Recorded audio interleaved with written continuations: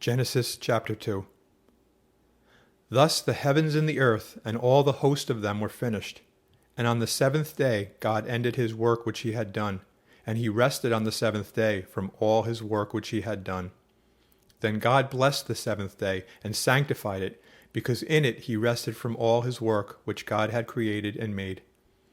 This is the history of the heavens and the earth, when they were created, in the day that the Lord God made the earth and the heavens, before any plant of the field was in the earth, and before any herb of the field had grown.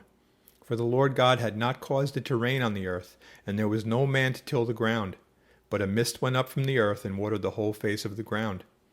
And the Lord God formed man of the dust of the ground, and breathed into his nostrils the breath of life, and man became a living being.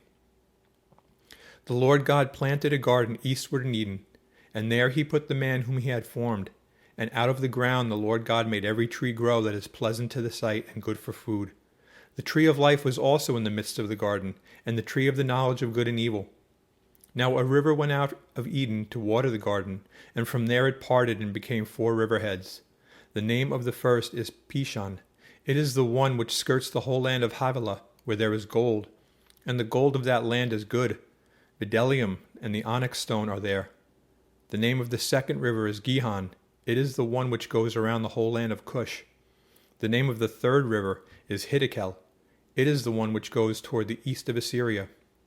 The fourth river is the Euphrates. Then the Lord God took the man and put him in the Garden of Eden to tend and keep it. And the Lord God commanded the man, saying, Of every tree of the garden you may freely eat, but of the tree of the knowledge of good and evil you shall not eat, for in the day that you eat of it you shall surely die. And the Lord God said, It is not good that man should be alone. I will make him a helper comparable to him. Out of the ground the Lord God formed every beast of the field and every bird of the air, and brought them to Adam to see what he would call them. And whatever Adam called each living creature, that was its name.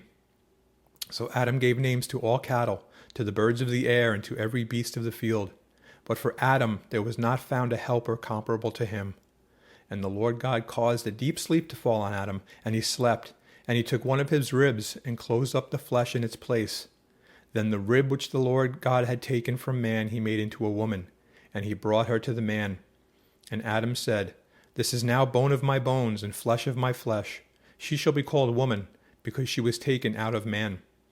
Therefore a man shall leave his father and mother, and be joined to his wife, and they shall become one flesh. And they were both naked, the man and his wife, and were not ashamed.